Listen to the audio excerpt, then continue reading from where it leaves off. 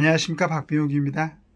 아마 지금 이제 국민의힘에서는 김기현 대표가 이제 물러나고 비대위 체제로 가는데, 한동훈 현 지금 법무부 장관이 가장 이제 아마 가능성이 있지 않을까.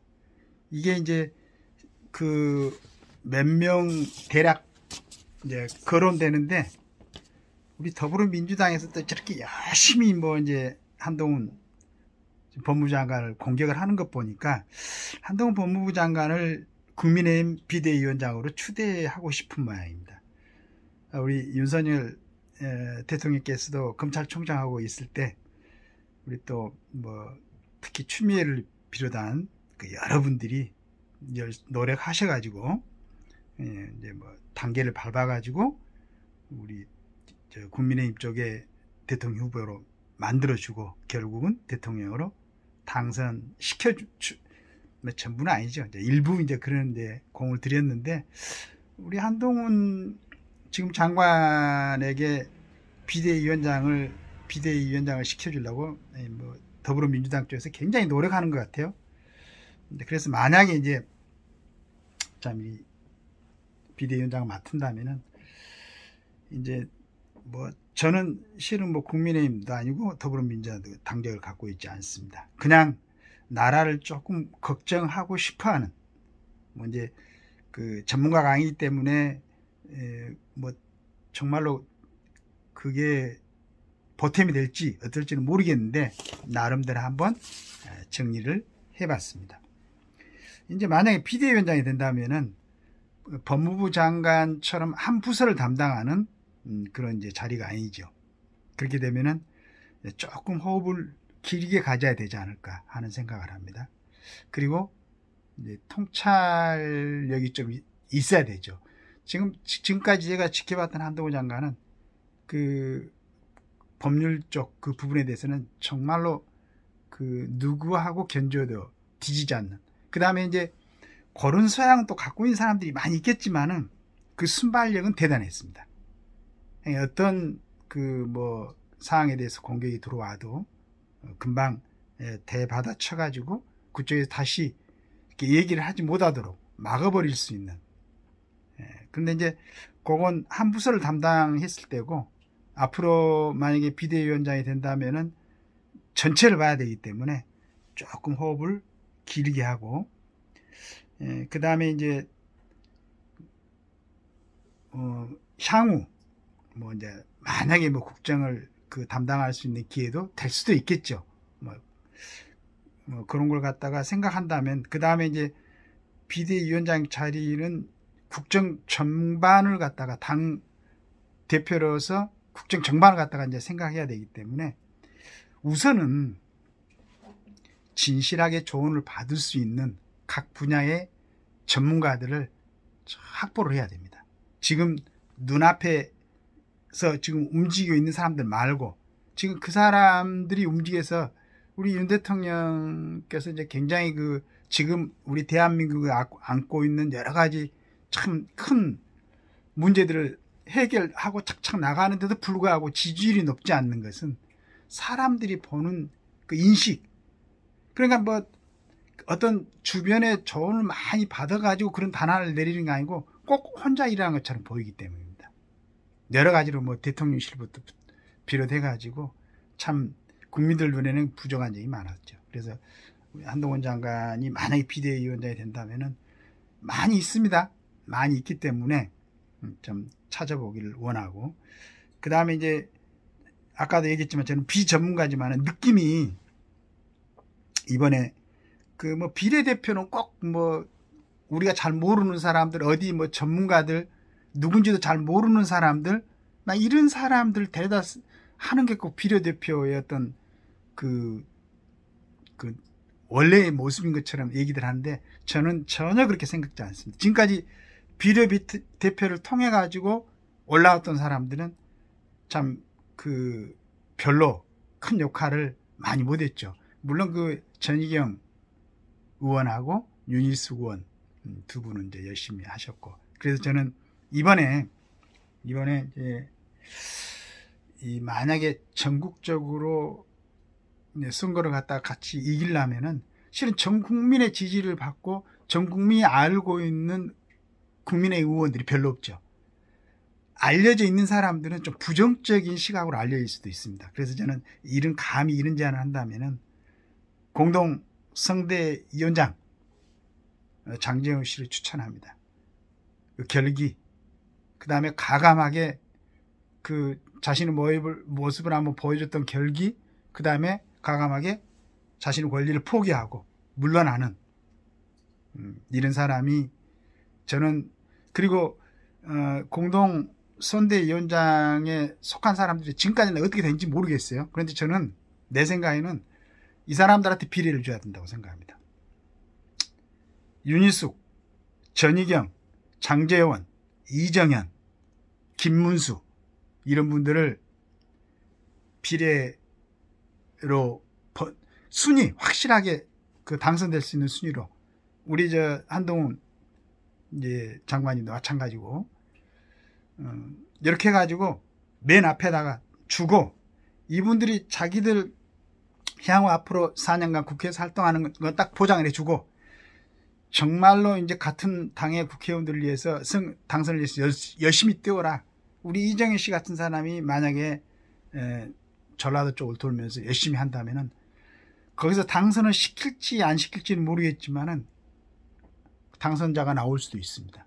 이정현 전 대표의 지역구인 순천 곡성 그쪽에 나가고, 이분이 만약에 전라도 쪽을 갖다가 담당해가지고 열심히 뛴다면은 만약에 나오지 않더라도 우리 이정현 씨가 갖고 있는 그 좋은 생각이 많은 사람들에게 전달되어 있었습니다. 그런데 제가 말씀드린 이런 분들은 한 지역에 묶어놓기는 너무 아쉽다. 그런데 선거가 끝나고 나서 만약에 비례대표를 갖고 국회의원직을 안 주게 되면은 또 이런 정말로 아주 귀중한 그런 어떤 능력을 갖다가 사장시켜버린다.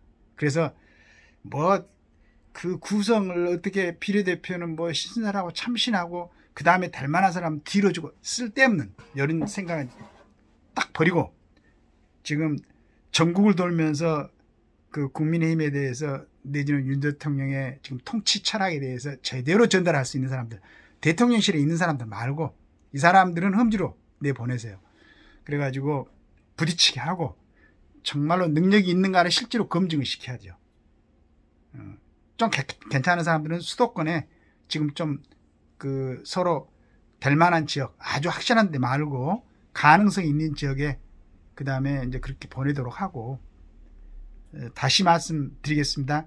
윤희숙, 전희경, 장제원, 이정현, 김문수 이 사람들을 확실하게, 우리 한동훈 장관도 마찬가지고 그 6분은 맨 1번부터 하세요. 이 모양 이런 거 하지 말고, 중도층 없습니다.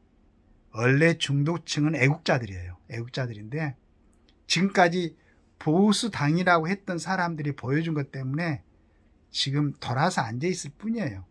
정말로 선명하고, 지금 지금 옆에서 세계에서 보여주고 있지 않습니까? 세계 정세가 우크라이나, 그 다음에 이스라엘, 강하지 않은 정확하게 나라를 지킬 수 있는 그런 세력들이 아니면 국민들이 얼마나 어려운 처지에 놓여 있는가. 어설프게 하면 안 됩니다.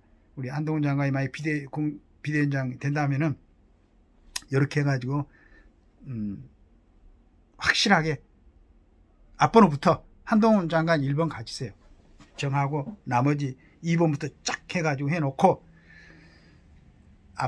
앞으로 4년 동안 국회에서 활동할 수 있는 거 딱 보장해주고, 나머지는 전심전력을 다해서 전국을 돌면서 선거운동을 할 수 있도록.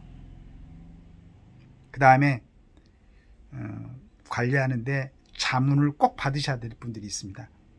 이제 우리 김문수 의원님도 그렇게도 활동하지만은, 이분은 서울대를 다니시면서도 이 사람이 2번 재직을 당하고 25년 만에 졸업하고 그 정도로 그쪽 활동을 열심히 했죠. 2년 5개월인가 감옥살이도 하고. 그런데도 불구하고 정확하게 이제 그쪽 공산주의에 대해서 알고 이쪽으로 전향해갖고 지금 열심히 하고 있습니다. 이런 분들의 정치에 관한 철학을 받아들여야 돼요. 그 다음에 장기표 씨. 이분도 서울대 나왔죠. 그 좋은 서울대 법대가 뭐 공부를 하신 걸로 알고 있는데 지금도 오로지 국회의원 특권 폐지. 왜냐하면 특권 폐지가 돼야만이 제대로 좋은 사람들 특권 폐지를 안 하면은 욕심 부리고 권력을 항유하고 그런데 머물고 싶은 사람들이 국회의원 나올라.